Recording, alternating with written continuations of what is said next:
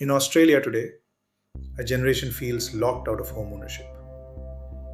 Prices have risen faster than wages. Deposits take years to accumulate. And many young professionals believe the dream of owning a home is drifting out of reach. That frustration is real. But here's the deeper issue. We are making 30-year leverage decisions in a decade of technological instability. AI is reshaping industries. Interest rates are no longer near zero. Inflation remains persistent. And yet, we are still assuming income stability for 3 decades. The question is not whether housing is expensive. It is.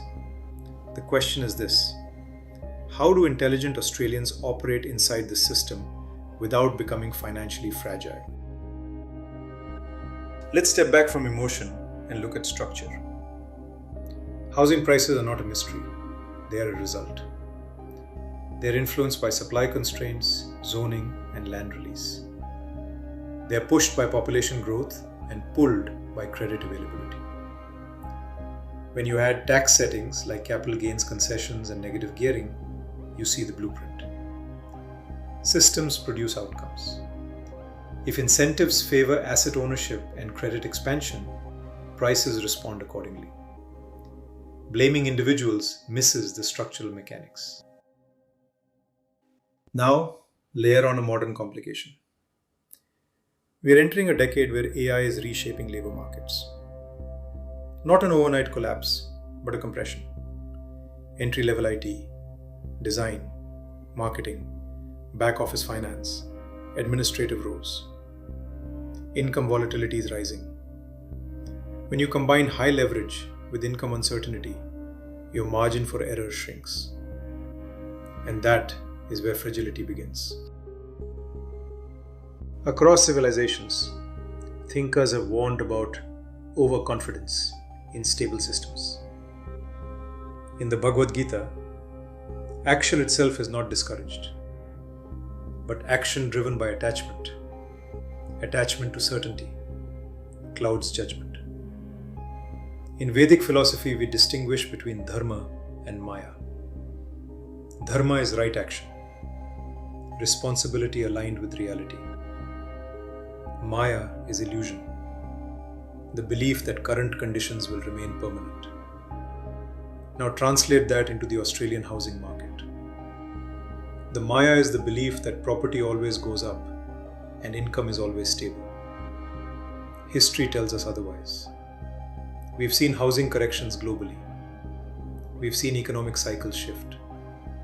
We've seen industries transform faster than expected. Collapse rarely begins with one dramatic mistake. It begins with incremental escalation, stretching slightly beyond comfort, then slightly more, until flexibility disappears. The lesson is not to avoid ambition. The lesson is this: structure before ambition. Always build your fortress before you seek your palace. Before making a housing decision, I use what I call the Artha Stress Test. Use these 4 filters to see if your structure is sound. First is liquidity. Can you cover 12 months of repayments without any income? Second one is ratio.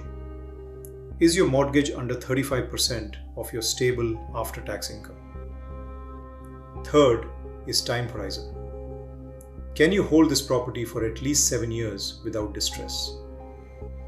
And fourth is industry risk. If your sector faces AI disruption, does this mortgage still work? If 2 of these fail, your structure is fragile. Income creates comfort, structure creates security. If we were designing reform in Australia, 3 levers matter most. First, accelerate supply through planning reform. Second, recalibrate tax incentives carefully, not to destabilize, but to reduce distortions. Third, support first home buyers in ways that don't simply inflate demand further. Policy must balance stability with fairness. But regardless of how fast the government moves, you must move intelligently inside the current system. Housing in Australia is expensive.